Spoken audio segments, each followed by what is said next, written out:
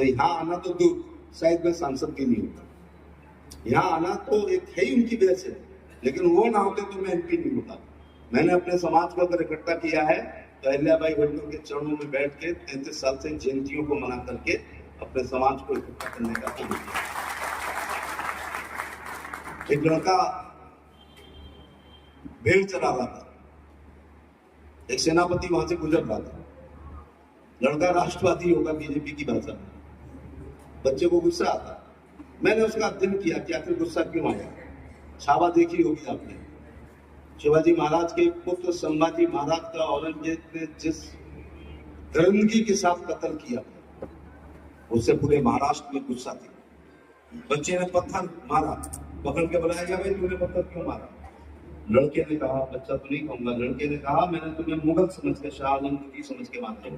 उसने कहा मैं तो मुगल नहीं हूं, मैं तो पेशवा हूं, माफी मांग। हमारे इतिहास की पहली ईंट बाल बघेल धनगर समाज के उस लड़के ने रखी जब पत्थर मारा। दूसरी ईंट रखी जब उसने कहा तुम चाहे मुगल हो या पेशवा, माफी नहीं मांगेगा। ऐसे जवाब से को भुला देते, बता रहे हो, लेकिन 90% माफी ही मांगते। गर्दन कटवा दी जाती है, ऐसे जवाब से गर्दन पर कुछ ना कुछ सम्मान मिलता है।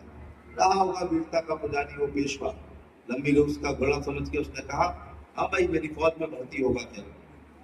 मैंने फिर कहा है कि बीच बीच में कुछ उदाहरण देने पड़ेंगे, उसको आत्मप्रशंसा ना मानी जाए। लड़के ने रिस्क ली, भेड़ों को गांव की तरफ भाग दिया, फौज में भर्ती हो गया। आधे को तनख्वाहें पूछते। और आज जैसा युद्ध नहीं था जो एयरफोर्स ही लड़े, वो युद्ध आमने सामने का होता था। बच जाओ तो जिंदगी है, नहीं तो शहीद होते थे। बच्चे ने रिस्क ली, फौज में भर्ती हो गया। अगले दिन युद्ध के जीत के कारण में उस लड़के का योगदान था। 50 घोड़े की मनसबदारी किसी देश के सैनिक को पहली बार मिल गई है, पहले दिन तो उस लड़के को मिली। 66 युद्ध हुए, युद्ध की जीत के कारणों में वो लड़का रहता था, प्रमोशन होते गए 50 घोड़े से 500 घोड़े की मनसबदारी। और आज की भाषा में chief of the army staff पेशवाओं ने उस आदमी को बना दिया। पेशवा से के समय 66 युद्ध लड़े, घोड़े की पीठ से पीठ बांध के पेशवा के साथ, बाजीराव के साथ कोई लड़ा है? नाम बाद में बताऊंगा।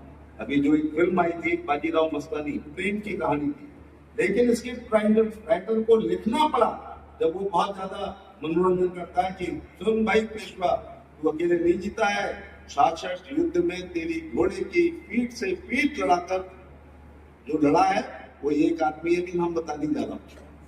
फिर क्या हुआ, छोटे